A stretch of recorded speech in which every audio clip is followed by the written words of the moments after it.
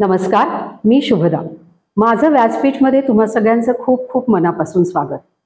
माझं व्यासपीठमध्ये आपण आजपर्यंत खूप सगळ्या सर्व्हिसेस किंवा जे कोणी उत्पादन करत आहेत त्यांचे वस्तूंचे मॅन्युफॅक्चरिंग ज्यांचं असेल त्यांचे पॉडकास्ट घेतले, त्यांचा जीवन प्रवास आपण शूट केलेला आहे.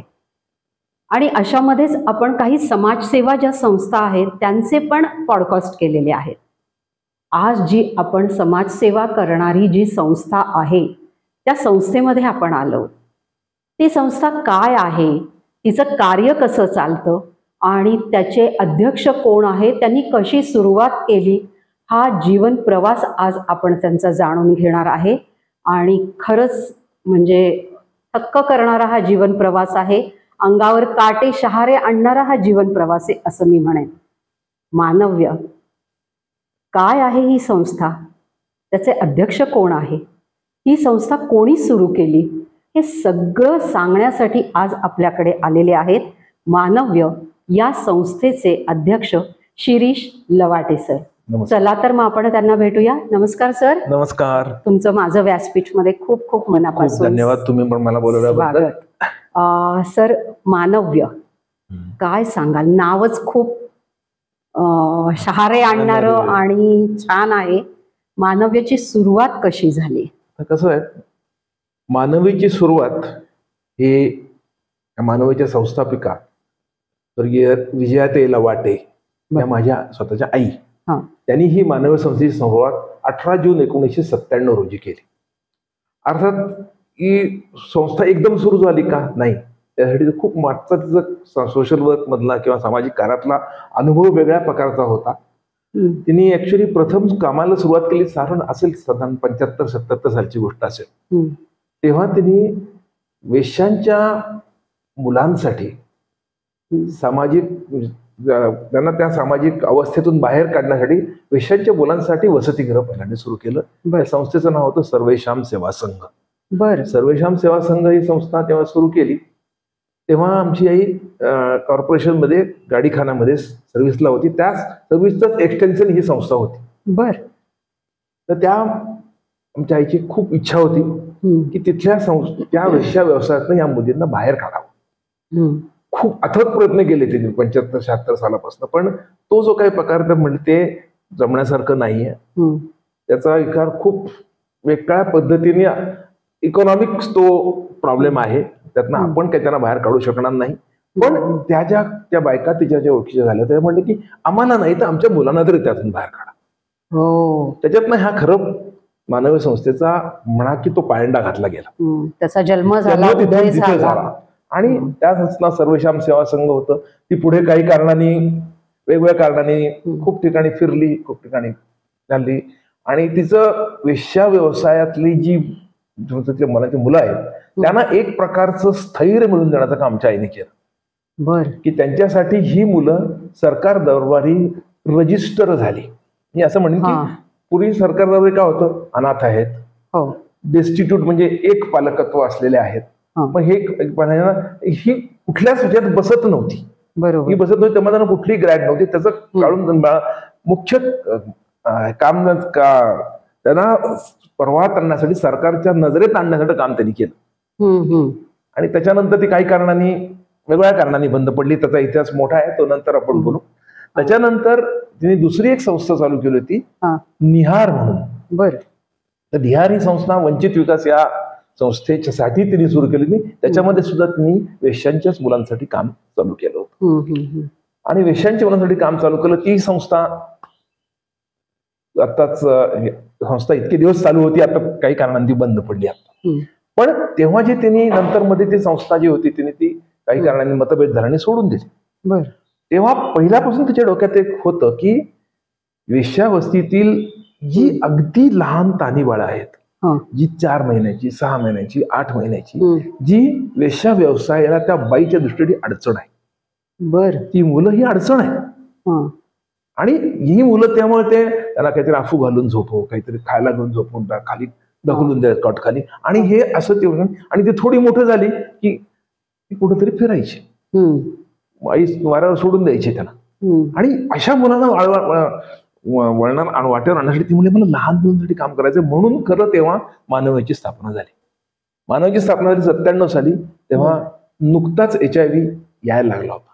म्हणजे आमची आईने कचरात टाकलेली बाळं बघितली जी मेली होती. बापरे. आणि त्याच्यात म्हणले की आपण ह्या मुलांसाठी काम करायला पाहिजे. HIV मुलांना कोणी बघत नाही, म्हणून आमच्या आईचं एक वाक्य होतं की ही जी HIV मुलं आहेत त्यांना मला सन्मानाचं मरण द्यायचंय. वाह. म्हणजे सन्मानाचं मरण द्यायचंय अशा संस्थेचं ध्येय असणारी कुठली संस्था असेल? खरंय. संसार जाताना पुढं करायचं, मोठं करायचं, उभं करायचं, हे करायची हीच जनरली कुठलंही संस्था चालू होतं किंवा मुलांसाठी हे ध्येय असतं. पण यातून हे ध्येय असणारी ही संस्था सुरू झाली. पुढे असं झालं की लहान मुलं मी म्हणलं तसं आली, त्याच्यामध्ये काही मुलं HIV पॉझिटिव्ह होती, काही मुलं निगेटिव्ह होती. पण HIV हा मोठा एक शब्द लोकांच्या मनात इतका, HIV, एड्स, हे ते, म्हणजे तुला HIV झाला की तू संपला. आणि एका अर्थाने त्यावेळी ते खरंही होतं. बरोबर. आणि त्याच्यामुळे HIV शब्द नुसतं कोण म्हटलं तरी लोक त्यातून लांब पडायचे, आणि त्याचा खूप वेगळ्या पद्धतीने झाला. आणि त्याच्यामुळे हा सगळ्या लोकांना एक प्रकारचा मनात टॅबू म्हणतात तसं टॅबू होतं नाही. त्यामुळे संस्थेत HIV सकट मुलं आम्ही जेव्हा शाळेत पाठवली तेव्हा मनात लोकांचा विरोध झाला. आम्हाला रोगाग्रस्त मुलं नको आहेत शाळेत. आमच्याकडे जी निगेटिव्ह मुलं तेव्हा आमच्याकडे होती ती सुद्धा आम्ही ठरवलं की आपण याच्यावर काम करायचंय, तर ही मुलं आपल्याकडे नको दुसरी, कारण त्यांचं नुकसान व्हायला नको याच्या मुलांमुळे. म्हणून तेव्हा ती संस्था प्रकारे. आणि नंतर साधारणपणे 1 वर्षभरात 70 नंतर ही संस्था मानव ही फक्त HIV ग्रस्त मुलांसाठी काम करणारी संस्था ठरली. खूप छान सर. आणि खरंच म्हणजे तुमच्या आईंनी जे कार्य केलंय आणि जे तुम्ही पुढे चालवताय कौतुकास्पद आहे. सर, तुमच्याकडे आता येणारी मुलं कशी आणि कुठून येतात? आता त्याच्यात तुम्हाला थोडंसं बॅकग्राऊंड सांगतो की सुरुवातीला आमच्याकडे जी मुलं ही या बायका आणून सोडतात. आणि आता मला तुम्हाला अजून एक मुद्दा सांगायचा आहे. जरी ही संस्था वेश्यांच्या मुलांसाठी, HIV ग्रस्त मुलांसाठी म्हणून सुरू झाली, तरी आता या घटकेला म्हणजे साधारणपणे गेले तुम्ही 15-20 वर्षाचा प्रवास बघितला तर वेश्याचं मुलं एक सुद्धा नाही. ही सगळी इतर समाजातनं आलेली मुलं आहेत. म्हणजे पूर्वी वेश्याचं मूल म्हणलं की एक वेगळा स्टिग्मा होता. बरोबर. HIV ग्रस्त हा स्टिग्मा वेगळा. पण ही अगदी सर्व स्तरातली मुलं आहेत. म्हणजे सर्व जाती धर्मातली आहेत, सगळ्या उच्चवर्णीयातली पण आहेत, अशा सगळ्या प्रकारची मुलं त्यात होती. आणि जेव्हा त्याच्यामुळे हे जे काही पण तुम्ही म्हणला जातं की ह्याचे मुलं येतात कुठून, तेव्हा ती मुलं अकॉर्डिंग सोडायची. पुढे एक दिवस काय झालं, मानव संस्थेला तेव्हा 70 कोणीही हे काम करणारं नव्हतं. तेव्हा सरकारचे जे सोशल वेलफेअर डिपार्टमेंट आहे त्यांनी आम्हाला संस्थेच्या आवारात आणून संस्थेचं सर्टिफिकेट दिलं की तुम्ही करताय तर तुम्ही कुणीच करा, आमच्याकडे कुणीच संस्था नाही पाठवायला. आणि तेव्हा असं झालं की फक्त त्यांची कंडिशन एक होती की ही मुलं ही सरकारच्या ज्युव्हेनाईल कोर्ट किंवा त्याला हल्ली CWC म्हणतात त्यांच्या मार्फत ही तुमच्याकडे आलेली पाहिजे. आणि मग आम्ही असं केलं की ही सगळी मुलं कोर्टामार्फत कमिट करून घेणं म्हणतात ती, म्हणजे कोर्टाकडनं या मुलांची 18 वर्षापर्यंतची पालकत्व संस्थेकडे आहे. म्हणजे 18 वर्षापर्यंत तुम्ही पालकत्व असं तेव्हाचं हे होतं. आणि म्हणून ती सगळी मुलं जी आमच्याकडे येतात, समजा संस्थेतले कोणी समाजातले कोणी येते, आम्हाला मुलांना नाही सांभाळता येत असे म्हणून मुलं घेऊन कुठे जायचं, मुलांना आम्हाला नाही सांभाळता येते, या शेजारी आमच्याकडे मूल आहे पण ते पालकच नाही येतं, मुलांना आम्ही कुठं सोडायचं, अशी मुलं बरेच घेऊन लोक त्या कोर्टासमोर येतात की आम्हाला सांभाळणं शक्य नाही. मग त्यांची सगळी तपासणी करून ते कोर्ट बघतं की या मुलाला कुठे ठेवलं पाहिजे. आणि तेव्हा मग त्या मुलाची तपासणी होते सगळं होतं. मुलं जर व्यवस्थित असेल तर खूप मोठे सारे अनाथाश्रम आहेत तिकडे पाठवतात. पण असे काही असाध्य रोग किंवा असे असेल तर ते HIV चे रोग असले संस्थेत मुलं संस्थेत त्यांच्या मार्फत आपल्याकडे येतात. त्याच्यामुळे ते कमिटेड झाल्यामुळे त्याला संस्था सरकार त्याला मदत देऊ शकतं. तसं नसेल तर संस्था त्याला मदत देऊ शकत नाही सरकार. म्हणजे आता आपल्याकडे जी मुलं येतात मानव्यमध्ये ती सरकारतर्फे कोर्टामार्फतच येतात सगळे. म्हणजे असं वैयक्तिक कोणी आणि आम्ही तसं घेणार तर काय झालं त्याच्यामुळे सगळं प्रोसेस पूर्ण होते. नाही तर काय होतं पुढं काही दिवसांनी प्रश्न निर्माण होतात. तेव्हा हे कोर्टामार्फत केलेलं बरं असताना मूल कुठेतरी पळून गेलं, काहीतरी झालं तर कुठं शोधायचं आम्ही त्याला. बरोबर. तेव्हा हे सरकारमध्ये सगळी प्रोसिजर करून घेतली असेल तर संस्थेच्या दृष्टीने ते सोयीस्कर असतं जास्त. म्हणजे कायद्याच्या दृष्टीने आपल्याला त्याचं सगळं काम करता येतं. तर आपल्या संस्थेत जी मुलं येतात त्यांचं साधारणतः वयोगट काय असतो, त्यांचं शिक्षण किंवा त्यांचा औषधाचा खर्च आणि त्यांचं आयुष्य किती असतं? अच्छा, आता त्याच्याबद्दल 2 भागात मी सांगतो की सुरुवातीला कसं जेव्हा मुलं यायची की सुरुवातीला आमच्या वयोगट जेव्हा संस्था सुरुवात झाली तेव्हाचा वयोगट खूप छोटा होता. म्हणजे आमच्याकडे जवळपास 10 महिन्याची 8 महिन्यापासून मुलं यायची. 8 मुलं यायची आणि तेव्हा ते वयोगट साधारणपणे 8 महिन्यापासून 10-12 वर्षापर्यंत असा वयोगट होता. पुढे असं होत गेलं की मानवाचे प्रयत्न म्हणा किंवा वैद्यकीय दृष्ट्या झालेली प्रगती म्हणा, त्याचा औषधोपचार आपण सुरू केलं म्हणा की ह्या सगळ्यामुळे याचा उपचार त्या मुलांवरती परिणाम व्हायला लागला. आणि इथं मिळणारं चांगलं हवा म्हणा, चांगलं अन्न म्हणा की 5 वेळेला त्यांना आम्ही शेजारी येतो त्याचा परिणाम आम्हाला खूप दिसतो. आणि त्यांना आम्ही ती एक सरकार अँटी रिट्रोव्हायरल ट्रीटमेंट म्हणतो त्याला आम्ही, अँटी व्हायरल ट्रीटमेंट की या HIV व्हायरसला काबूत ठेवते, ताब्यात ठेवते, नाहीसा अजून करू शकत नाही. म्हणजे तो त्याचा लोड कमी होतो आणि त्या योगे ती मुलं संपूर्ण आयुष्य आता पूर्ण जगू शकतात. म्हणजे आमचं पूर्ण जे पूर्वीचं जे ध्येय होतं ते आता आम्ही बदलण्यात थोड्या प्रमाणात यशस्वी झालो. आणि त्याच्यामुळे आता येणारा वयोगट आहे ती मुलं मोठी मोठी येतात कारण आई वडिलांचं आयुर्मान वाढलेलं आहे. नंतर त्याच्यामुळे त्या मुलांना येणारी औषधं दिली जातात आणि जोपर्यंत स्पेशली आई असते तोपर्यंत मूल जनरली संस्थेत येत नाही.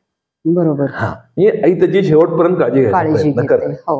पण नंतर ती मुलं आपल्याकडे येतात आणि ही जी याच्यामध्ये मुलं येतात तेव्हा ती आता आमच्याकडे मोठ्यात मोठा मुलं आमच्याकडे 16 वर्ष झाला होता. पण तो 18च्या आतला होता. तसंही प्रमाण घडतंय आता. म्हणजे हे घडायला लागलं कारण पालकांचं आयुर्मान वाढायला लागलं आणि त्याच्यामध्ये जास्तीत जास्त सांभाळण्याचा प्रयत्न करतात. आणि जे दुसरी गोष्ट अशी की 2000 सालाच्या आसपास आम्ही या मुलांना HIVची अँटी रिट्रोव्हायरल ट्रीटमेंट सुरू करायचं ठरवलं. त्याची गंमत झाली. आमच्याकडे तर एक डॉक्टर आले होते तेव्हा पहिल्यांदा आमच्या संस्थेत कुठलीही औषधं नव्हती याला. फक्त सांभाळायचं, जेवायला खायला घालायचं, काय जेवढे खेळतील तेवढे खेळतील, झोपतील तेवढे झोपतील, असं थोडासा हे होतं. शिक्षण काय नसलं तरी चालेल म्हणजे असं कुठंतरी ऍटिट्यूड नॅचरली झाला. बाहेरच्या लोकांचा ऍटिट्यूड तसं होतं, आमचा ऍटिट्यूड थोडाफार तसाच होता म्हणायला हरकत नाही. पण पर्याय नव्हता दुसरं काही. जे आहे तेव्हापर्यंत त्याला सांभाळायचं, व्यवस्थित औषधोपचार करायचे आणि इथं झालं की मग त्याला स्मशानात घेऊन जायचं. अशी कंडिशन त्याची होती की तेव्हा आमच्याकडे संस्थेत साधारणपणे महिन्याला 2 महिन्याला एक तरी मूल दगावायचंच. म्हणजे पहिल्या ह्याच्यामध्ये जवळपास अशी 15-20 मुलं तसे झाले होते. इव्हन इतकं होतं की ह्या त्यांचा अंत्यविधी करायचा म्हणलं तरी लोकांचा विरोध होता. हे अंत्यविधी करायचं ते आमच्या ह्याच्यात कशाला पुरताय किंवा आमच्या ह्याच्यात कशाला जाळताय, मग आमच्या ह्याला काय होईल असं सगळं होतं तेव्हा. आणि आता ही ट्रीटमेंट सुरू झाली तेव्हा आम्ही ठरवलं की करायचं. तेव्हा तुम्हाला म्हणलं आम्ही सरकार ग्रँट देत होतो आम्हाला. सरकार आम्हाला 70 रुपये द्यायचं महिन्याला एका मुलाला सांभाळायला. त्याचं औषधोपचार, जेवण खाण, कपडे लत्ते जे काय लागेल तेवढ्यासाठी तेवढं द्यायचं. आणि तेव्हा या आमचे डॉक्टर जे आले ते UKवरनं त्यांनी आम्हाला सांगितलं त्याचा खर्च 2,500 रुपये येईल म्हणले पर मंथ पर चाइल्ड. प्रत्येक महिन्याला प्रत्येक मुलामध्ये एवढा. याला सगळ्याला मिळून 70 रुपये 25 रुपये आणायचे कुठनं, एवढी परिस्थिती होती. पण तेव्हा आम्ही ठरवलं की नाही, आपण आमच्या आईने ठरवलं की नाही आपण याच्यासाठी काम करतो ना, आपण मिळवायचे पैसे. बरोबर. पण आपण नाही तर मुख्य आपलं ध्येयापासून आपण दूर जातोय. मग ते आम्ही ठरवलं, प्रयत्न करायला लागलो इकडे तिकडे. पण अनफॉर्च्युनेटली दैव साथ देतो तसं म्हणतात की त्या आमच्या डॉक्टरला ते हमीद भेटले, डॉक्टर हमीद म्हणून या सिप्लाचे चीफ एक्झिक्युटिव्ह होते ते. तर त्यांना हे सगळं सांगितल्यानंतर ते म्हणले या मुलांना आम्हीच मदत देऊ. बर. आणि ते सिप्ला फाउंडेशन आता औषधं सुरू झाली आणि त्याचे पुढे उपचार दिसायला आले आणि त्याच्यातनं मुलं उभी राहायला लागली. म्हणजे आता आमची 2005 साली माझी आई गेली. 5 नंतर म्हणजे खरं म्हणजे ही संस्था चालू पुढे ठेवायची का नाही इथपासून सगळेजण विचार करत होते. त्यात माझ्या पत्नीने उज्ज्वलाने ती नाही आपण चालवायची हा निर्णय सर्वस्थितीचा होता. आणि मग हे चालू केल्यानंतर की आता म्हणत आम्हाला माहित नव्हतं की यातनं कसं काय करायचं आता चालवायचं. आम्हाला आमची आई खूप जिद्दी स्वभावाची होती आणि त्याच्याशिवाय काम उभं राहत नाही. ती सगळी संस्थेची कामं स्वतः करायची. म्हणजे अगदी संस्थेत तिने एक वेळच्या भाकऱ्या बडवून सुद्धा जेवायला घातले इथपर्यंत ती काम करायची. आणि त्यामुळे संस्थेत काय कामकाज चाललंय काय चाललंय मी माझ्या व्यवसायात गुंग म्हणजे पत्नी तिच्या नोकरीत गुंग त्यामुळे तीच करायची ते सगळं ती बघायची. त्यामुळे ती अचानक गेल्यानंतर 2005 मध्ये आम्हाला खरंच माहित नव्हतं काय करायचं तर ठरवलं. बरोबर. मग हळूहळू आम्हाला कळायला लागली आपल्या पुढच्या मानाचे पैसे आहेत का नाही त्याच्या मानाचे पैसे आहेत का नाही म्हणजे हे सगळ्या गोष्टी यायला लागल्या. पण म्हणतात की दैव देतं काहीतरी आपल्याला. तर 10 दिवसाच्या आत आमच्याकडे माणूस आला त्यांच्या घरी. त्याची आमच्याकडे जेव्हा ऑफिस आमच्या घरीच होतं. हे असंच होतं इथं एचआयव्हीचे काम करण्याची संस्था कुठे हो म्हणले. म्हणजे इथंच आहे आमच्याकडे ऑफिस. 5वा का 6वा दिवस होता गेल्याचा. काय पाहिजे तुमचं नाव काय आहे काय विचार ते म्हणले मी अविवा लाईफ इन्शुरन्स कंपनीतून आलोय. बर. ते म्हणले आमचं यावेळचं ध्येय एचआयव्ही लोकांना मदत करायचं आहे. आणि त्यावेळी त्यांनी आमच्या दिवशी सगळं बघितलं आणि त्यावेळी त्यांनी 5 लाखाची मदत आम्हाला देऊ केली. आणि म्हणजे आमचा जवळपास पुढचे 1 वर्ष दिवसाचा प्रश्न संपला होता. म्हणजे असं कोणीतरी मदत करायला लागल्यानंतर मग या संस्थेचं काम पुढे जायला लागलं. आणि मग समजा आल्यानंतर मग आम्हाला थोडंसं स्टॅबिलिटी आली की त्याला कुठेतरी कॉन्फिडन्स आला की आपण काम करतो त्याला कोणतरी विचार येईल आपल्याला कोणतरी मदत करेल. या दृष्टीने आम्ही सगळे डोनरना कॉन्टॅक्ट करून त्यांना सगळ्या लोकांना पत्र पाठवले. तेव्हा काय मेल व्हॉट्सअप काही नव्हतं तेव्हा पत्र पाठवून सगळ्यांकडनं आणि लोकांना कळलं की हे चालणार आहे आणि ही संस्था आहे लोकांपर्यंत राहणार आहे हे कुठेतरी कॉन्फिडन्स आल्यानंतर आम्हाला थोडं हे झालं. मग इथं ही बिल्डिंग आमची आई असतानाच पूर्ण झाली होती. याच्यात आम्हाला विनीत बोडस म्हणून एक हेज फंड मध्ये काम करणारा US मधला माणूस तो इथे आला होता. आमचे मला डॉक्टर अनुराधा भावे माहिती असतील. या डॉक्टर ज्या ह्याच्या राजवंश भावे म्हणायचे त्यांना ते बघत त्यांचं हॉस्पिटल होतं. त्यांनी त्या माणसाला इथं आणलं होतं. तेव्हा आमची ती इथे समोर जी पत्राची शेड होती आमच्या इथे समोरच्या बिल्डिंग तिथं ती संस्थेत होती. आणि तेव्हा तो माणूस आला तो म्हणतो मी यांना घर दे. आणि ही एक रकमी त्यांनी आम्हाला त्यावेळेला 28 लाख रुपये दिले आणि त्यातनं ही बिल्डिंग उभं राहिली. आणि आता जे तुम्ही म्हणताय की ती मुलांचा तुमचा खर्च म्हणजे आताच्या स्टेजला तुम्हाला मदत आहे ती सगळ्यांकडनं संस्थेचे मेन म्हणजे औषधाचा खर्च. आता कसं झालंय औषधाचा खर्च हा वेगळा मुद्दा झाला. आता तो खर्च आम्हाला काही दिवस झाला पण पुढे सरकारचे जेव्हा म्हणजे असं म्हणतात की आमचे एक मित्र आहेत आमच्याच बरोबर काम करणारे त्यांनी वाजपेयी गव्हर्नमेंट असताना शत्रुघ्न सिन्हासमोर संबंध एचआयव्ही लोकांचं बजेट मांडलं होतं. त्याच्यामध्ये त्या लोकांनी बिल गेट्स फाउंडेशनचे जे पैसे आपल्याला खूप लोकांना बातम्या तो बिल गेट्सचे फंड तुम्हाला नाही येत का पैसे पण ते पैसे आम्हाला येत नाहीत. तर ते ज्या गरजूंना ही एचआयव्ही ट्रीटमेंट पाहिजे त्यांना संपूर्णतः फ्री ट्रीटमेंट द्यायचं काम त्यातनं होतं. म्हणजे आता एचआयव्हीच्या या मुलांना आत्ताच्या घटकेला 1 पैसा द्यावा लागत नाही. हा सरकारतर्फे मिळतो. जे लोक आपलं एचआयव्ही स्टेटस दाखवायची हिंमत दाखवून ससूनमध्ये जातात त्यांना हे ट्रीटमेंट मिळते फ्री ऑफ चार्ज. त्याचा खर्च आता नाही पण बाकीचे जे काही खर्च आहेत ग्रॅज्युअली काही त्यांची फंक्शन लिव्हर फंक्शन टेस्ट असतात रिनल फंक्शन टेस्ट म्हणतात. नंतर तुमचे बाकीचे HB उंची वजन हे आमचं रेग्युलर चालू असतं. आपल्याकडे स्पेशल डॉक्टर त्याच्यासाठी आहे. डॉक्टर आता VMS डॉक्टर आहे ती सगळं हे बघत असते. मुलांना हॉस्पिटलमध्ये न्यायला लागलं तर ते नेता येतं. हॉस्पिटलायझेशन हा एक मोठा प्रकार यातला होता. आम्हाला त्याच्यासाठी इथून ससूलला नेणं आणि अन्न हा बऱ्यापैकी पूर्वीचा खूप मोठा एक्सरसाइज होता म्हणजे, आणि इमर्जन्सीज खूप होत्या. आता इमर्जन्सी खूप कमी झाल्या, पण रेग्युलर रुटीन मध्ये ठरलेलं असतं या बुधवारी कोणाला न्यायचं, पुढच्या बुधवारी कोणाची नावाची बॅच ठरलेली असते, तर प्लॅनिंग प्रमाणे नेलं जातं, आणलं जातं. काही स्पेशल टेस्ट कोणाला लागल्या तर ते मात्र खर्च आपल्याला करावा लागतो. सरकारतर्फे पण तुम्हाला याच्यासाठी मदत केली जाते. म्हणजे मदत ही औषध वैद्यकीय ART ट्रीटमेंट मुख्य जी आहे ती फ्री आहे, पण बाकीचे ट्रीटमेंट आपल्याला करायला लागते. सर आता हे पूर्वी जसं औषधं नव्हती, आता औषधं आहेत, पण ह्या मुलांचं साधारण आयुष्य किती असतं? खरं सांगू का, आमच्याकडे एक संस्थेत जो मोठ्यात मोठा मुलगा होता, तो जो आता बाहेर पडून व्यवस्थित त्याचा उद्योगधंदा करतो, त्याचं वय आता साधारण 45 आसपास असेल. बर, पण मग हे औषधं रेग्युलर घ्यायला लागतात. हा त्यातला एक ड्रॉबॅक आहे. या औषधाने अजून रामबाण औषधे निघालेलं नाहीये. ही औषधं खाणं बंद होत नाही. हे राहून तुम्ही तो व्हायरस तुमच्या कंट्रोलमध्ये ठेवू शकता, एवढं होऊ शकतं. आणि या मागचं आयुष्य आता म्हणजे खरंच सांगू का, थोड्या प्रमाणात ही वैद्यकीय संशोधन कंटिन्युअस चालू आहे. ते थोडंसं एक स्टेटसला आल्यानंतर त्याला ट्रीटमेंट दिली जाते. आता हे किती वय होईल, पण नॉर्मली मोठ्या वंशाचे ज्यांना HIV झाला होता ती लोक 65-70 पर्यंत जगतायत. हे लहानपणापासून जगले आम्ही 45 सांगतो, म्हणजे तेवढंच त्यांना आयुर्वेद मिळावं अशी अपेक्षा आहे. असं पण नॉर्मल आयुष्य स्पॅन त्यांना मिळू शकतं. औषध घेऊन ते नॉर्मली जगू शकतात, नॉर्मल जगू शकतात. बरोबर. आता कसं आहे सर, आतापर्यंत तुम्ही खूप छान माहिती सांगितली, पण या मुलांच्या औषधाबद्दलही आम्हाला कळलं, पण मुलांच्या सर्वांगीण विकासासाठी काय संस्था करते? हा खूप मोठा महत्वाचा प्रश्न आहे. कारण पहिल्यांदा आमच्याकडे हे प्रॉब्लेम नव्हता, कारण सर्वांगीण आपल्याला एकच मेडिकल विकास करायचा होता.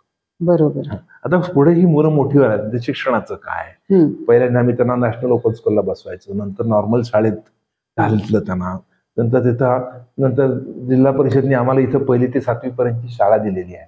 त्याच्यामध्ये बाहेरची मुलं पण येतात, आमची मुलं पण जातात, आणि त्यामुळे ती मुलं एकमेकात मिसळतात, एकमेकांशी समजून घेतात, खेळतात, आणि त्याच्यातनं मुख्य समाजाचं थोडंसं प्रबोधन होतं. येणाऱ्या मुलांचे आईबाप आहे त्यांना तरी कळतं, हे नाही होत नाही हे कंप्लीट. कारण बेसिकली आता प्रश्न मोठा असा आहे की समाजाच्या प्रबोधनाची गरज आहे, आणि म्हणून शाळा ही झाली. नंतर शाळा पुढच्या 7वी नंतर मुलांना कुठं पाठवायचं, 7वी नंतर आपण पुण्यातल्या शाळेत पाठवतो, पुण्यातल्या शाळेत. आणि मोठ्या सागरात कळत नाही की मोठी मुलं याच्याग्रस्त आहेत, आणि काही मुलांना प्रॉब्लेम येतात नाही असं नाही, पण तशी बऱ्यापैकी मुलं स्टेबल होतात. ते पुढे 10वी नंतर काय करायचं, हे आम्ही एक प्रयत्न ठेवलेला की शाळेतनं मूल आपलं बाहेर पडलं, आम्ही आपल्या संस्थेत जेव्हा मूल बाहेर पडेल त्याला एक ठराविक गोष्टी ह्या आलाच पाहिजे, ज्या करून तो समाजात स्वतःच्या पायावर उभं राहील. असं आम्ही एक मिनिमम प्रोग्राम ठरवलेला आहे. एवढं तर त्याला आजच पाहिजे, त्याच्या पुढचं त्याला काय करायचं त्याच्या अभ्यास आपण त्याला मदत करू, पण सगळ्यांना एवढं आलं पाहिजे. थोडक्यात म्हणजे साध्या साध्या गोष्टी असतात. ही मुलं बाहेर जाऊ शकत नाहीत नॉर्मल आयुष्यामध्ये, इथून जातील शाळेतून परत येतील, आणि ह्या मुलांना सामाजिक सगळ्यात कसं राहायचं याचं एक्सपोजर खूप कमी असतं. बरोबर. आणि ते एक्सपोजर नसल्यामुळे बरेच प्रश्न येतात. येताना जेव्हा तुम्ही 12वी झाला, कोणी आमच्याकडे मुलं 2 ग्रॅज्युएट झाली, ते जर पुढे जेव्हा तुम्ही इंटरव्ह्यू उभं राहता तर त्या मुलाला बॅकग्राऊंडच नसतं काही. जे आपल्याला आपल्या पूर्वजांकडनं जे बॅकग्राऊंड मिळालेलं आहे, त्यांना पूर्वजांकडनं एकच देणगी मिळाली, HIVचं इन्फेक्शन. बाकी त्यांना हे नाहीये काही. त्याच्या मागे ते कसं तयार करायचं, त्यातनं ही मुलं समाजात तिथं उभे राहिल्यानंतर कळली पाहिजे ही मुलं वेगळी आहेत काही. यासाठी आम्ही प्रयत्न करतोय आता. खरं म्हणजे पण मग आता काय काय तुम्ही त्यांच्यासाठी कसं येतात की त्या मुलांना, प्रत्येक मुलांना स्वयंपाक हा आलाच पाहिजे. मुलीला असो मुलाला असो, कारण शेवटी 18 वर्षांचं एकटं मूल बाहेर उभं राहणार आहे. त्याला रोज जाऊन कुठेही जाऊन खाता येणार नाही. त्याला स्वतः खाता आलं तर, करून खाता आलं तर त्याच्या आरोग्या दृष्टीने पण चांगलं आहे. आणि याच्या दृष्टीने मग त्याला प्रत्येक आहाराचं ज्ञान आम्ही पूर्ण देतो की तू काय खाल्लं की काय मिळेल, काय खाल्लं काय मिळेल. तर आम्ही त्याला, आपण घरात कसा आजीबाईचा बटवा असतो, त्या मुलांना कुठं माहिती बटवा काय. बरोबर. डोकं दुखायला तर सुंठ खाऊ का मोहरी खाऊ माहित नाही.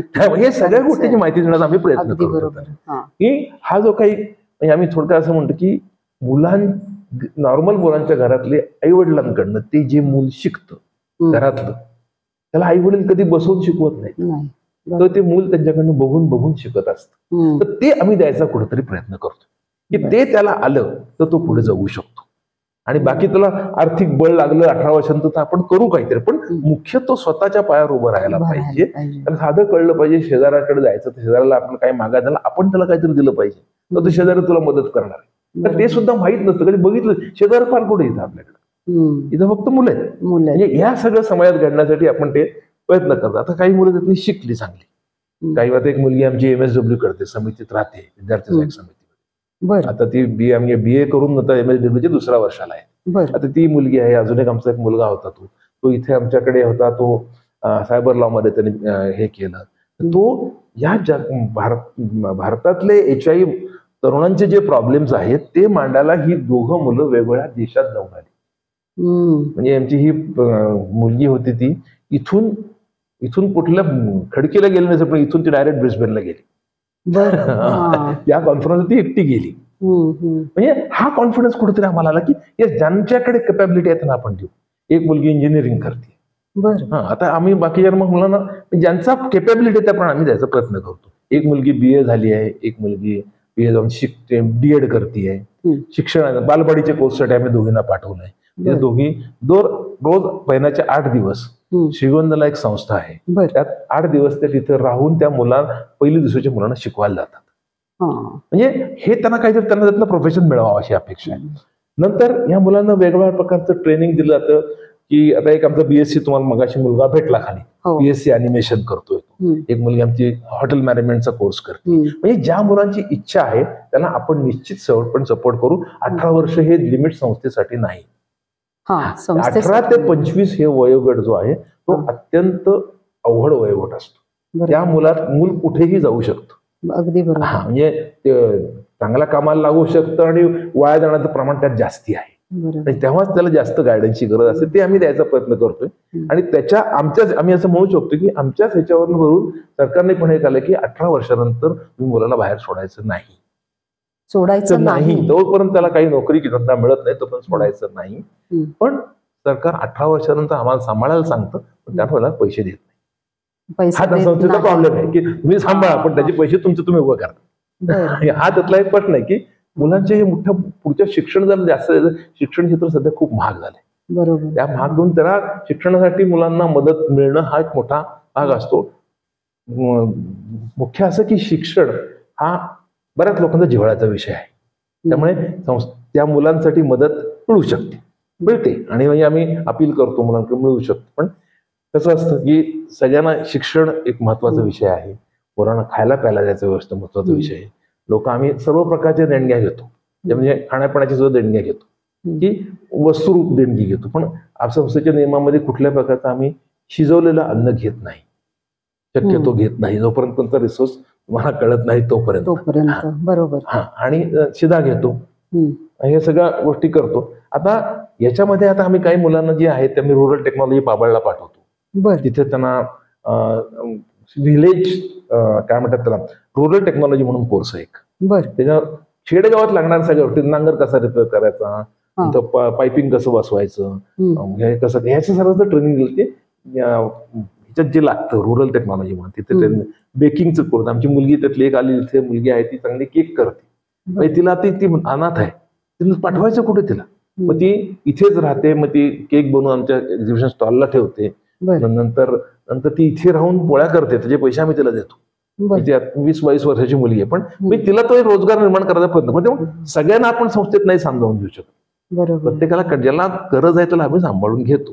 आता आमच्याकडे मोठा मुलगा झाला 22-23 वर्ष, तो ड्रायव्हर म्हणून काम करतो आमच्याकडे. एक मुलगा प्युअर हेल्थ एज्युकेटर, म्हणजे आमचे जे मोबाईल क्लिनिक चालतं त्या मोबाईल क्लिनिक बरोबर जाऊन रोज चालवतो म्हणजे लोकांना जाऊन गोळा करून आणतो. हे सगळ्या गोष्टी कामं करतात.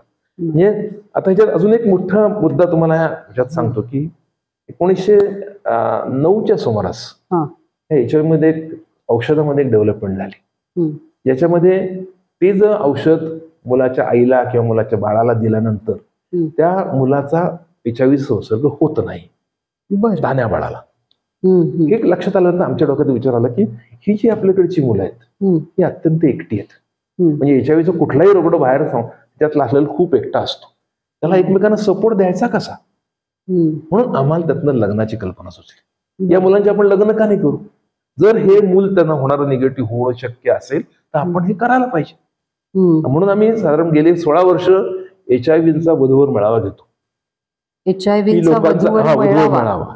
हे म्हणजे मुलांच्या डेव्हलपमेंट मधलाच एक प्रकार आहे की त्याला शेवटी शिरस्थावर करायचं कसं, नुसतं रोजगाराने पोट भरण्याने सुद्धा होत नाही. आणि शेवटी हा एक पत्त्याचा बंगल्यासारखा संसार असतो. प्रत्येकाने प्रत्येकाला आधार दिला तर तो टिकू शकतो. अगदी बरोबर. तर त्याच्यासाठी आम्ही तो सुरू केला. आतापर्यंत आमच्या संस्थेतली जवळपास 37 लग्न झाली.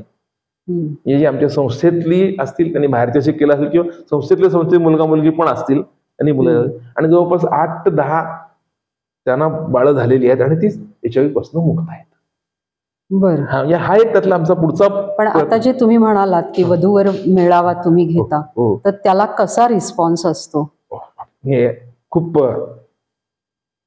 प्रश्न पहिला मग 10 वर्षापूर्वी खूप मोठा प्रश्न होता की कोणी येईल का नाही याला. बरोबर. म्हणजे पहिल्या वर्षी जेव्हा आम्ही व्यवहारात प्रोग्राम अरेंज केला होता तेव्हा आम्ही म्हटलं सकाळी 7चा प्रोग्राम ठेवला, 8चा प्रोग्राम, 8-10 असं काहीतरी होतं टायमिंग तेव्हा. पण तेव्हा मला सकाळी 6:30 वाजता नेवाराच्या गेटमधून फोन आला. बर. अहो इथे 15-20 लोक येऊन थांबलेत. अहो म्हणत त्यांना म्हणत 10 वाजता या, आता कशाला येत आहे. म्हणजे इतका त्याला रिस्पॉन्स होता. आणि तेव्हा रिस्पॉन्स भारताच्या सगळ्या भागातून होता. म्हणजे माझ्याकडे विशाखापट्टणम म्हणून माणूस आले होते, अहमदाबादहून कॅन्डिडेट आले होते. म्हणजे ही गरज कुठंतरी, आणि त्याचा बाहेरचा रिस्पॉन्स जास्ती होता. कारण आपल्या गावात आपलं स्टेटस एक्सपोजर होण्यापेक्षा दुसऱ्या गावात जाऊन एक्सपोजर झालं, असा एक छोटासा विचार त्यात नव्हता. म्हणून आम्ही बघतो आपण आम्ही गेले 15 वर्षाचे मेळावे घेतोय, रिस्पॉन्स चांगले येतात. खूप वेळा लग्न ठरतात. रोटरी क्लबच्या माध्यमातून आम्ही 6 जणांची तेव्हा लग्नही लावून दिले होते पहिल्या वर्षी. सगळे जाऊन त्यांना अगदी रुखवता सहित सगळ्यांना त्यांना पाठवणी केली होती आम्ही त्याची. पण मग आता हे जे सर्वांगीण विकासासाठी आपण बोलतोय, तर संस्थेच्या सर्वांगीण म्हणजे इथे जे शाळा तुमची चालते त्याच्यामध्ये तुम्ही काय करता मुलांसाठी? म्हणलं की हा तुम्हाला जे म्हटलं की आता की संस्थेतले उपचार आम्ही वेगळ्या गोष्टींची सगळ्या कलांचा त्यांना एक्सपोजर आम्ही देतो, प्रयत्न करतो. की त्याच्यामध्ये चित्रकला असेल, चित्रकला आमच्या काही मुलं, तुम्ही आता खाली जर संस्थेत बघितलं कधी आलात तुम्ही प्रेक्षक हो, की तुम्हाला कळेल की मुलात काढलेली चित्र किती छान आहेत. सगळे आमच्या संस्थेतल्या मुलांनी काढलेली आहेत. त्यातला एक मुलगा जो आहे तो टॅटूचा उत्कृष्ट धंदा करतो.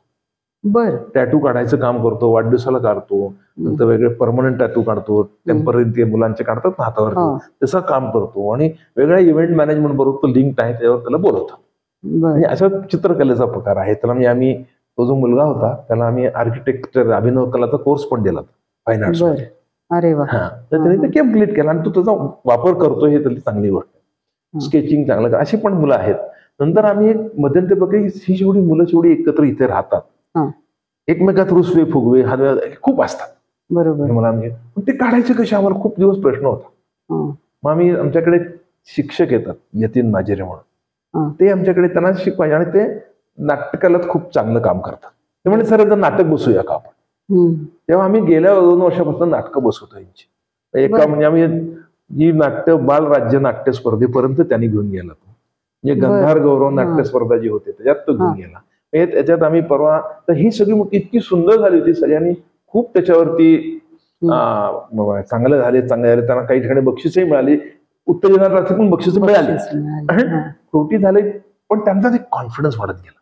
आणि नाटकासारखं गोष्ट माझ्या लक्षात नंतर आलेली गोष्ट की नाटक हे जेवढा पद्धत बाजूनी काम करावं लागतं, ज्यामध्ये तुम्ही एकत्र काम केलं तरच रिझल्ट दिसतो, वेगळा केला तर रिझल्ट नाही. हे कुठेतरी त्यांच्या मला टीम बिल्डिंग व्हायला लागली आणि ह्याचा उपयोग पुढे खूप व्हायला लागला. आता त्यासाठी आम्ही 3 नाटकं गेल्याच महिन्यात आम्ही हे बॉक्स जे थिएटर आहे तिथं ते तिकीट लावून आम्ही गंमत नाटक लावलं होतं आणि त्याला खूप छान रिस्पॉन्स आणि मुलांना एक वेगळाचा कॉन्फिडन्स आला, येस आपण काहीतरी करू शकतो आणि एकी निर्माण होते. नंतर त्यांना काहीतरी ध्येय काहीतरी पाहिजे आपल्याला त्याच्या समोर द्यायला. अशा पद्धतीने हे नाट्य करून आमच्याकडे एक आमचे डॉक्टर जे आहेत तुम्हाला म्हणलं ते भरतनाट्यम खूप छान शिकवतात. तर आमच्या एका मुलीने 7-8 मुली शिकतात भरतनाट्यमच्या. त्या भरतनाट्यमच्या एका मुलीच्या 2 परीक्षा पण झाल्यात. आणि ते या मुलांचे प्रयोग पण आम्ही त्या नाटकाच्या ठेवलं की मुलं हे कळू द्या. आता हे कसं पुढच्या प्रश्न की हे मुलांना आपण सगळं जेवढं एक्सपोजर द्यायचं, आपण घरातलं मुलांना जसं ना, तू बॅडमिंटनच्या क्लासला जा, तू चित्रकलेच्या क्लासला जा, तू कराटेला जा, सगळ्याचा आपण एक्सपोजर द्यायचा प्रयत्न करतो. तेवढं होत नाही. पण आता पूर्वी आमच्याकडे कराटे टीचर आलायचा, कराटे मुलांना सगळं शिकवायचं. हे आमचं एक हे होतं की मुलांना चांगलं घामटं निघालं पाहिजे खेळलं तर पुढचे प्रश्न कमी येतात. बरोबर. ते जेवतात चांगली, एक म्हणजे रुसवे फुगवे कमी होतात, हे सगळं प्रश्न होतात. आणि त्याच्यामुळे हा थोडासा प्रयत्न त्यात आहे की एक जीवन व्यवहार त्यांना आला पाहिजे आणि त्यांच्यातले जर काही स्किल्स असतील तर ती आपल्याला पुढे कुठेतरी आणायला पाहिजे. म्हणजे थोडक्यामध्ये तुम्ही सर्वांगीण विकासामध्ये आता आम्ही पाहिलं लायब्ररी आहे, टेबल टेनिस आहे, म्हणजे तिथपासून ते अगदी त्यांच्या लग्नापर्यंत वधूवर मेळाव्यापर्यंत देखील एक काम तुम्हाला सांगतो मी की आमच्याकडे मुलगी बाळणपणाला येते म्हणजे ती ऑर्फन असते, ते मुलीचं बाळणपण करायचं कोणी, त्याला पुढे शिकवत, त्याला पुढे माहितच नसतं मला कसं सांभाळायचं. बरोबर. तर त्या मुलींसाठी आम्ही एक नवांकुर प्रोजेक्ट म्हणून चालू केला की त्याच्यामध्ये ती मुलगी इथे जवळपास 2-2.5 महिने इथे राहते, थोडे दिवस आणि नंतर थोडे दिवस राहून तिला बाळणपण करून तिला बाळ कसं सांभाळायचं, दूध कसं पाळायचं, औषधं ज्याची महत्वाची त्याच्यातून निगेटिव्ह होणार नाही, हे सगळ्या दृष्टीने ट्रेनिंग आम्ही तो नवांकुर प्रोजेक्ट चालू केला असतो. आणि ते बाळंतीनंतर 2-2.5 महिने राहतात. अरे वा. आणि मग त्यांना पाठवणी करून आम्ही त्यांना पाठवतो. अगदी म्हणजे ज्यांची लग्न झाली आहेत त्यांचं बाळंतपण त्या मुलींचं करण्यापर्यंत आपण हे संस्था करते. खूप छान सर. आणि अजून एक छोटंसं सांगतो तुम्हाला, ही संस्थेतनं बाहेर पडलेलं मुलं असतात, त्यांना खूप वेगळ्या प्रकारचा गायडन्स लागत असतो. त्याला आम्ही उन्नती प्रोजेक्ट म्हणतो. म्हणजे कसं करायचं, त्यांनी म्हणजे जगायचं कसं, बाहेर गेल्यानंतर इन्व्हेस्टमेंट कशी करायची, इकॉनॉमिकल हे कसं काम, म्हणजे बँकेत बचत कशी करायची, मग कुठे त्याकडे तू बचत कर काय, त्यासाठी आम्ही मध्यंतरी ते म्युच्युअल फंडचा सेमिनार घेतला होता त्या मुलांना समजावं म्हणून. तर त्यातल्या मुलांनी 10 लोकांनी SIP चालू केले. म्हणजे हे कुठंतरी त्याला बारक्यासारख्या अडचणी असतात. माझ्याकडे अनाथाचं सर्टिफिकेटच नाही, मला, कारण हे जे आपण घरातनं त्यांना मिळत असतं लोकांना ते आपण त्यांना नाही देऊ शकत. सर्टिफिकेट हे कुठून आणायचं, जातीचं प्रमाणपत्र कुठून आणायचं, संजय गांधी निराधार योजना काय आहे, सरकारी योजना काय त्यांना समजल्या पाहिजे, त्यातल्या त्यांना मदत मिळू शकते. आम्ही लाडकी बहिणी सुद्धा आम्ही समजावून सांगितली त्यांना की घ्या ना तुम्ही. बरोबर. हे सगळ्या प्रकारचं कारण आपण त्या मुलांना करतो. एखाद दुसरा आजार पण झालाय, मुलाचा बाहेर पडला, खूप आजारी असेल तर त्यासाठी आम्ही इथं मुलांना, एक मुलगा मध्ये 2 मुलं आमच्याकडे होती, की अक्षरशः काय म्हणतात त्याला मरणासन्न अवस्थेत होती. खरं इतकी वीक झाली होती ती, 25 आणि 26 किलो वजनाची, 30 वर्षाचा मुलगा अशी परिस्थिती होती. बापरे. आणि त्याला सगळं हॉस्पिटलायझेशन त्यांचं फ्री झालं. नंतर त्यांना 1-1.5 महिन्यासाठी आम्ही इथं ठेवलं होतं की त्यांचा आहार देऊन त्यांना बघून मग त्याला बाहेर पाठवलं. त्याला आम्ही नवीन फिनिक्स प्रोजेक्ट असं नाव दिलंय. म्हणजे मुलांचं इथपर्यंत आपण करू शकतो. अजून खूप करायला लागणार आहे, खूप नाहीये, पण हे सगळं संस्थेने काम करून होणार नाहीये. सर, आता आपण सगळी मानव्याची माहिती सुरुवातीपासून ऐकली. आता मला मानव्याचे जे प्रोजेक्ट आहे, जे प्रकल्प आहेत किंवा ही संस्था थोडक्यामध्ये तुम्ही कशी सांगाल? ओके. आता मानव्याचं जे काम आहे तसं म्हटलं तर की या मुलांना पायावर उभं करायचं, त्यासाठी आम्ही काय काय करतो. पहिला प्रोजेक्ट म्हणजे आपण गोकुळ विषयी बोललो, लहान मुलांचं संगोपन आम्ही ज्या पद्धतीने करतो. बरोबर. दुसरा प्रोजेक्ट म्हणजे एक आमचं वेगवेगळ्या शिबिरं घेतली जातात इथे संस्थेमध्ये, की त्यांना पक्षी निरीक्षण असेल किंवा चित्रकला असेल किंवा कुठलं तरी पिकनिक, आम्ही तिकोनाला घेऊन गेलो, ट्रेकिंगला घेऊन जातो. नंतर त्यासाठी आम्ही एकदा मागच्या 25 वर्ष झाली तेव्हा आम्ही या सगळ्या मुलांना घेऊन दिल्ली आणि आग्र्याला गेलो होतो. त्यांचा माईक उलटा झालाय. ठीक आहे, चालू करू पुढे. दिल्ली आग्राची ट्रिप घडून आणली, सगळ्या मुलांना विमानाने घेऊन जाऊ. वा. कारण त्यांनी मला एक छोटस आम्ही एक हे केलं होतं की तुमचे बकेट लिस्ट काय आहे मुलांना. तेव्हा त्यांनी म्हणलं होतं की आम्हाला 7 आश्चर्यातलं एक आश्चर्य बघायचं. तर आपल्याला, मला ताजमहल शिवाय दुसरं सुचलं नाही, कारण आपल्याला दुसरं आश्चर्य अजून तरी डिफाईन झालेलं नाही. आणि म्हणून मी त्यांना घेऊन जायचं ठरवलं की नाही न्यायचं आपण त्यांना. आणि आम्ही ते घेऊन आलो. खूप मुलांनी मजा केली, विमानात प्रवास असो किंवा नंतर त्याच्या शिबिरांमध्ये खूप एन्जॉय करतात ती. नंतर आता त्यानंतर मुलांच्या कला काढण्यासाठी आम्ही काही मुलींना फॅशन डिझायनिंगला पाठवलं होतं. फॅशन डिझायनिंग कोर्सेस, त्यातनं त्यांचे प्रॉडक्ट तयार कशा करायचे म्हणून एक विजयश्री युटिलिटीज नावाची नवीन एक प्रकल्प चालू केला, जो मुलींनी चालवलेला आहे, मानवींनी सपोर्ट केलेला आहे. बाहेर जे मुली करतात ते मुलींनीच सगळं त्याचं फायनान्स मॅनेज करणं, हे सगळं त्यांना शिकवायचं मला त्यातनं. पण मग आता ह्या विजयश्री मध्ये काय काय करतो दाखव. तिथे काही प्रॉडक्ट्स आहेत आपले, पर्सेस बनवतात, नंतर अशा जरीच्या पर्सेस म्हणजे ज्या फंक्शनल वापरतात. नंतर ह्याला काय म्हणतात, स्लिंग बॅग आहे. आणि इथे पहा तुम्ही, प्रेक्षकांसाठी मी सांगते की इथे मानव्य आणि विजयश्री जो प्रकल्प आहे त्यांचा त्यांनी स्टिकर लावलेला आहे. आणि याच्यामध्ये तुम्हाला त्यांचा ऍड्रेस वगैरे लक्षात येईल. याची वेगवेगळ्या ठिकाणी पण प्रदर्शनं पण भरवतो. तुमच्या मदतीने कोणाच्यासाठी प्रदर्शन भरवत आले तरी आम्हाला आवडेल की वेगळ्या कंपनीजमध्ये. आता हे टाकाऊ टिकाऊ असा प्रकार आहे की हे पाय पुसणं आहे. हे खूप छान दिसतं पाय पुसणं आणि हे काय म्हणतात त्याला वॉशेबल पाय पुसणं आहे. तुम्ही हे धुवू शकता. बरोबर. म्हणजे अशा बऱ्याचशा वस्तू बनवून त्याचं प्रदर्शन भरून आम्ही विक्री करतो. आणि हे एक छान तोरण बघा केलेलं. आता सध्या सणावाराचे दिवस आहेत, लोकांना तोरण लावता येतील असे तोरण. छान, खूप छान केलेलं आहे. नंतर मला मग म्हटलं तर विवाह मेळाव्याचं नाव आमचं स्नेहबंध म्हणून विवाह मेळावा करतो. त्यातनं होणारा पुढे निघालेला आमचा प्रोजेक्ट म्हणजे नवांकुर प्रोजेक्ट. त्याच्यामध्ये आम्ही बाळणपणा माहेरपण करतो. एक माहेरपणाचा पण प्रोजेक्ट माझ्या डोक्यात आहे, पण तो बघू आता कसा होईल पुढच्या याच्यामध्ये. शेवटी त्यांना काहीतरी लागणार आहे. नंतर एक उन्नती प्रोजेक्ट जो म्हणलं तुम्हाला की उन्नती म्हणजे मुलांना बाहेर पडलेल्या मुलांचे प्रश्न सोडवण्यासाठी पूर्ण प्रकारे त्यांना मदत करणे म्हणजे प्रश्न सोडवणे.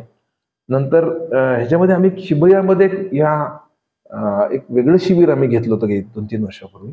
याच्यामध्ये पौगंडावस्थेत मुलांचे जे प्रश्न असतात त्यासाठी तारुण्य भान असं राणीताई बंग स्वतः इथे आला तर 3 दिवस आमच्या मुलांसाठी त्यांनी शिबिर घेतलं. अच्छा. म्हणजे त्याच्यामध्ये मुलांच्या इतक्या सुंदर प्रश्न, एक सगळे मुलं मुली एकत्र असतात, कोणीही एकमेकांकडे बघत इतक्या शांतपणे सगळेजण ऐकत असतात.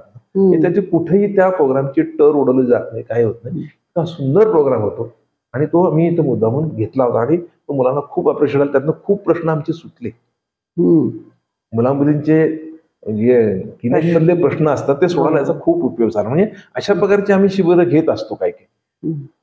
आणखी याच्यात दुसरा जो एक म्हणजे प्रोजेक्ट आमचा जो आहे तो म्हणजे उमेद मोबाईल क्लिनिक. मावात आमच्याकडे मोबाईल क्लिनिक आहे. ते मुळशी आणि आजूबाजूला साधारणपणे 8 खेड्यामध्ये चालवतो. पुण्यातल्या 2 वस्त्या पण त्याच्यामध्ये आम्ही घेतलेल्या की ते वेगळ्या प्रकारची वैद्यकीय मदत दिली जाते. HIV नाही, HIV बद्दल आम्ही फारसं बोलत नाही. कोणी आमच्याशी बोलायला तर बोलतो, कारण हा मानवीशी समाजाशी जोडला जाण्याचा एक मार्ग म्हणून आम्ही वापरतो. आम्ही हॉस्पिटलसाठी तसा प्रयत्न केला होता पूर्वी, पण तो काही यशस्वी झाला नाही. कारण प्रिमायसिस मध्ये कुठलाही पेशंट आत यायला तयार होत नाही, कारण त्याला स्टिग्मॅटाइज व्हायची भीती असते. आणि असे आमचे काही काही प्रोजेक्ट आहेत. म्हणजे अगदी शाळेतल्या मुलांपासून जी शाळा तुम्ही चालवता ते माहेरपण करण्यापर्यंतची तुमचे बरेचसे प्रकल्प तुम्ही राबवता आहे. सर, आता मला सांगा की हे एवढे प्रकल्प तुम्ही राबवताय, सगळं करताय, सरकारची थोडीफार तुम्हाला मदत मिळतीये, पण याच्यामधनं अजून फ्युचर प्लॅन किंवा भविष्यातले तुमचे प्लॅन्स काय आहेत? भविष्यातले फ्युचर प्लॅन म्हणायचं झालं तर HIV हा बेसिकली पहिलं माझा अजेंडातला पॉईंट आहे की HIVचा स्टिग्मा संपवला पाहिजे. ते तुमच्या सारख्यांच्या मदतीशिवाय शक्य नाहीये.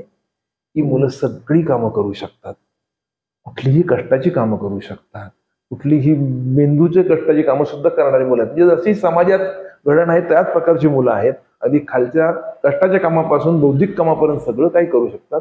फक्त त्यांना प्रॉब्लेम कुठे येतो, त्याचा तो HIV स्टेटस कळल्यानंतर लोक त्याला जवळ करत नाहीत. आमच्याकडे अशी घटना घडलेल्या आहेत.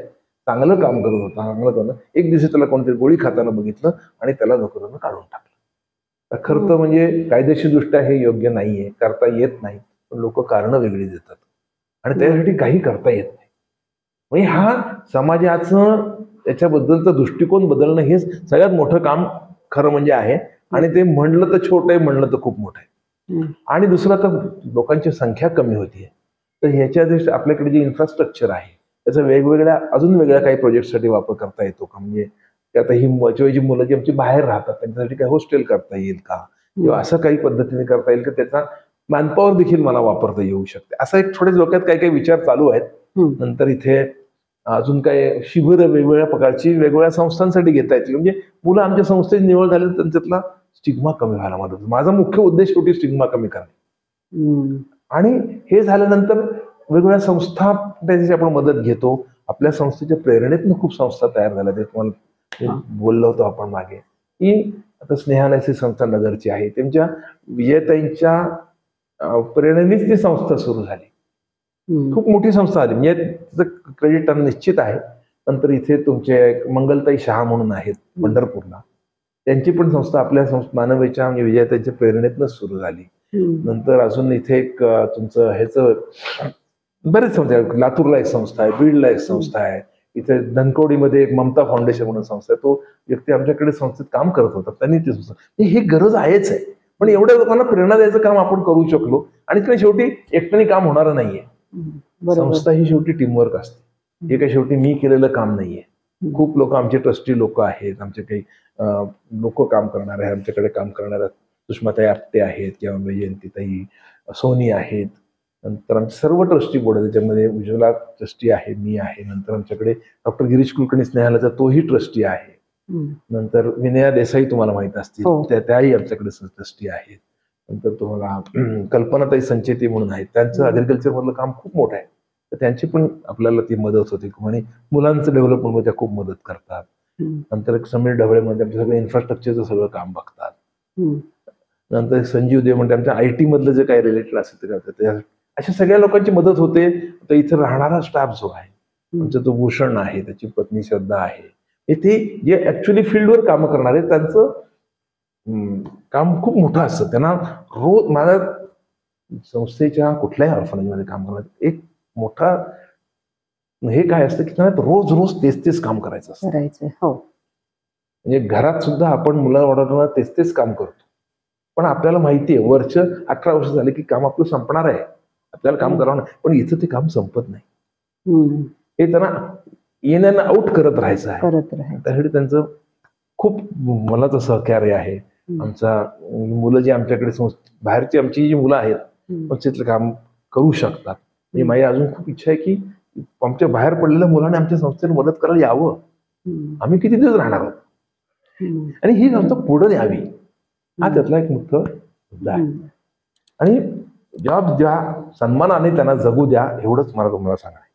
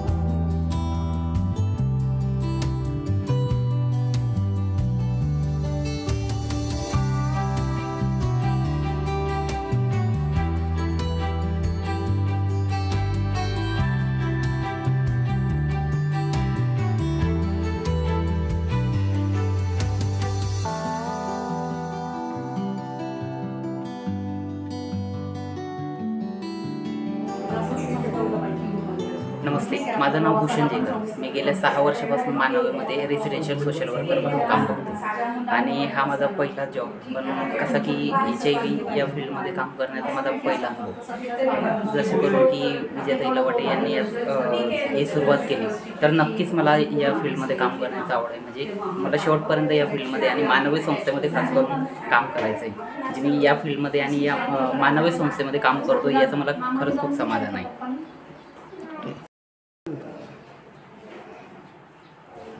नमस्ते, मी जमीला इनामदार. मी 1999 साली मानवी जॉईन केलं. माझं MSW 1999ला झालं. त्यानंतर मग मी मानवीमध्ये जॉईन केलं आणि मध्ये 2 वेळा मी गॅप घेतला. पण मला मानवी सोडून इतरत्र काही नाही आवडलं काम करायला आणि मला नेहमी मानवीसोबत काम करायला आवडेल. आणि इथल्या मुलांचं म्हणजे जे काही प्रगती होते त्याच्यामध्ये माझा थोडाफार सहभाग असतो. हे मला खूप सॅटिस्फाईड आहे मी त्याच्यासाठी आणि मला नेहमी मानव्यासोबत जोडून राहायला नक्कीच आवडेल आणि माझी खूप इच्छा आहे की मी शेवटपर्यंत मानव्यासाठीच जोडून राहील. थँक्यू.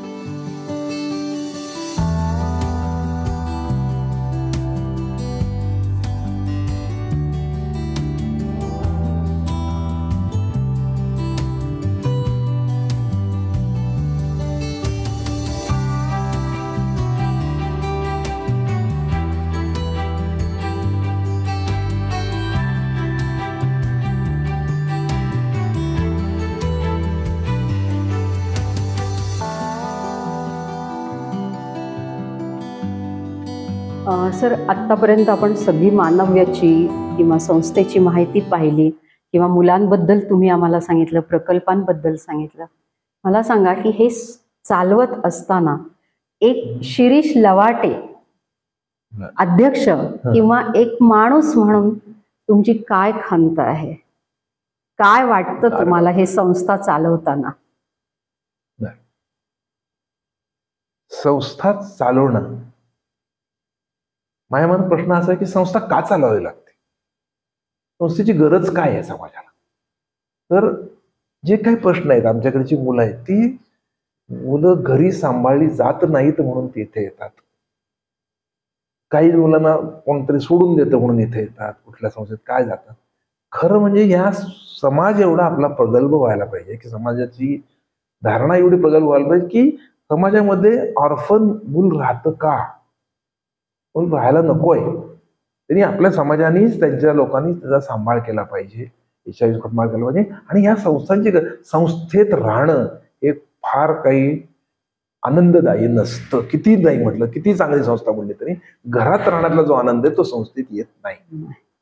त्यामुळे सगळ्या संस्था या कायमच्या बंद व्हाव्यात, त्या संस्थेला छान कुलूप लागावं किंवा ह्याच्या संस्थेची मंगल कार्यालय कार्यालय वापरा आमच्या बिल्डिंगातून, पण आमची संस्था बंद करा आणि त्याला मोठं कुलूप घाला. खूप छान सर, खरंच खूप छान. आणि अशा संस्था खरंच बंद व्हायला पाहिजे. म्हणजे याच नाही तर अशा कितीतरी संस्था आहेत की त्या बंद व्हायला पाहिजेत. खरंच खूप छान विचार. आणि तुम्ही जे कार्य करताय ते खरंच नतमस्तक आहोत आम्ही आणि माझं व्यासपीठची टीम. तुम्ही आज खूप छान आम्हाला मुलाखत दिली, त्याबद्दल खरंच धन्यवाद. सर, तुम्ही आज वेळात वेळ काढून माझ्या व्यासपीठला एवढी माहिती छान दिली आणि सगळ्यात महत्त्वाचं की या संस्थेची माहिती सगळ्या लोकांपर्यंत पोचावी आणि तुमची या संस्थेला काय, कुठल्याही संस्थेला टाळं लागावं ही खरंच इच्छा आहे, ही आमची सगळ्यांची पण इच्छा आहे. तुम्ही दिलेल्या माझं व्यासपीठच्या मुलाखतीला त्याबद्दल माझं व्यासपीठकडून एक छोटीशी भेट. खरंच थक्क करणारा हा प्रवास आणि सरांना सर जे कार्य करतायत ते कार्य, त्यांची टीम जी कार्य करते, त्यांचा प्रत्येकाचा हा जो जीवन प्रवास आहे हा खरंच म्हणजे अचंबित करणारा आहे. आणि आम्हाला तर म्हणजे आमच्या टीमला आम्ही खरंच म्हणजे स्पीचलेस आहोत याविषयी की काय बोलू असं झालंय. जर तुम्हाला आजचा हा माझा एपिसोड आवडला असेल असं मी आज नक्कीच म्हणणार नाही. तुम्ही खरंच समाजाने आणि आपण सगळ्यांनी या संस्थेला किंवा कुठल्याही संस्थेला मदत करावी असं मला वाटतं. जर माझा आजचा हा एपिसोड किंवा समाजाला मदत करायची अशी जर तुमची इच्छा असेल तर माझ्या या माझं व्यासपीठ या चॅनलला लाईक करा, शेअर करा, सबस्क्राईब करा. धन्यवाद. आणि असेच आम्ही नवनवीन संस्थेचे किंवा समाजसेवेचे एपिसोड, पॉडकास्ट आणि त्यांचा जीवन प्रवास घेऊन लवकरच परत येत आहोत. धन्यवाद.